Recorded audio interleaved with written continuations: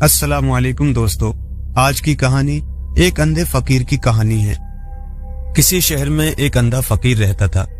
وہ ہر روز شہر کے دروازے پر جا بیٹھتا اور دن بھر آنے جانے والوں سے اللہ کے نام پر خیرات مانگتا رہتا۔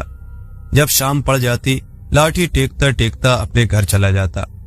اس کے بھولے بھالے ہمسائے اسے ولی سمجھتے تھے، اس لیے جب کبھی اس کا ذکر آتا یا اسے بلاتے تو ہمیشہ حافظ جی کہہ کر پکارتے۔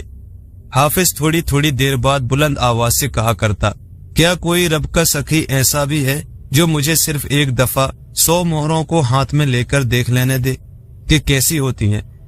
ایک روز ایسا اتفاق ہوا کہ ایک سپاہی وہاں آ نکلا جہاں حافظ بیٹھا تھا، اور اس نے فقیر کی دردناک صدا سنی۔ وہ لڑائی سے واپس آ رہا تھا۔ اس نے اپنے دل میں کہا کہ میں عہد کرتا ہوں، اگر کبھی مجھے 100 مہریں ملی تو میں انہیں اس بوڑھے فقیر کے پاس لے آؤں گا اور اسے خوب اطمینان سے ہاتھ لگا کر دیکھ لینے دوں گا۔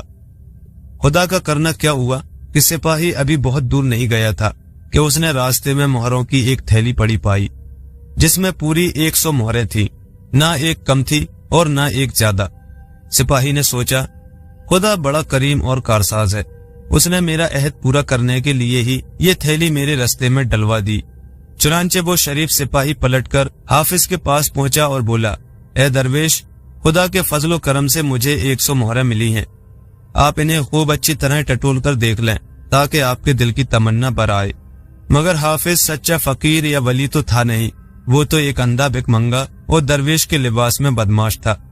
اس نے جلدی سے سپاہی کے ہاتھ سے تھیلی لے لی، رسی کھولی، ایک ایک کر کے مہروں کو نکال کر گنا، پھر انہیں احتیاط سے باندھ دیا۔ تھیلی کو اپنے پلے میں ڈال کر سپاہی کو ہزاروں دعائیں دینے لگا۔ سپاہی نے کہا، مگر حافظ جی، میری مہریں بھی تو دے دیجئے۔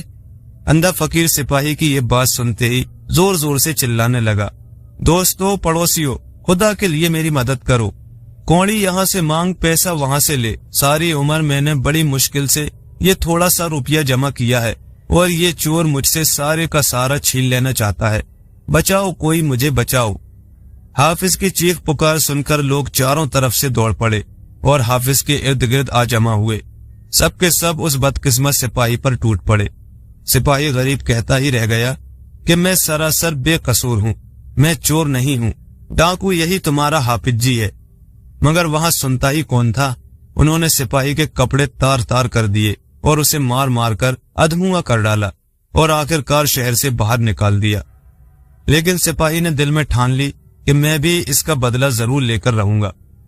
جس طرح بلی چوہے کی تاک میں بیٹھی رہتی ہے، اسی طرح سپاہی فقیر کی تاک میں ایک طرف چھپا بیٹھا رہا۔ اتنے میں شام ہو گئی اور چاروں طرف اندھیرا چھا گیا۔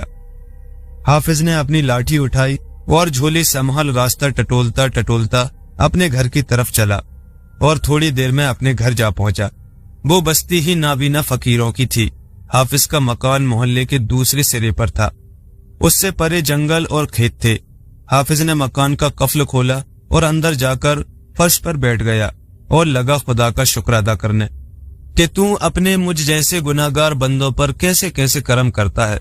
مگر اسے معلوم نہ تھا کہ سپاہی اس کے پیچھے ہی پیچھے آیا ہے اور اس وقت تلوار کھینچے اس کی پیٹھ پیچھے کھڑا ہے اور موقع کے انتظار میں ہے کہ ایک ہی وار ایسا کرے کہ اس مکار اندھے کا سر کٹ کر بھٹا سا الگ جا پڑے۔ بوڑھا حافظ بڑبڑانے لگا، 400 مہریں پہلے تھی، 100 اب یہ اور مل گئیں، 400 اور 100 کل 500 ہو گئیں۔ اس کے بعد حافظ بڑی دیر تک دل کھول کر ہنستا رہا۔ اب اندھا فقیر اٹھ کر اپنے مکان کے صحن کے ایک کونے میں گیا، وہاں سے مٹی کھود کر ایک پتھر کی سل اٹھائی، اس کے نیچے ایک پیتل کا برتن رکھا تھا۔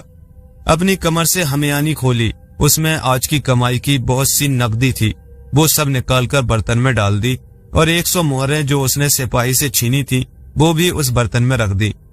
اس کے بعد مٹی پتھر سب ٹھیک کر کے وہ اپنی کوٹری میں چلا آیا اور چار پائی پر لیٹ گیا۔ اب سپاہی کی باری آئی۔ چپ چاپ آہستہ آہستہ اس نے وہ مہروں اور روپیوں پیسوں سے بھرا ہوا برتن نکال لیا اور احتیاط سے اپنے رومال میں باندھ لیا۔ مگر بدقسمتی سے ایسا اتفاق ہوا کہ جو ہی وہ اٹھنے لگا اس کا سر دیوار سے جا ٹکرایا۔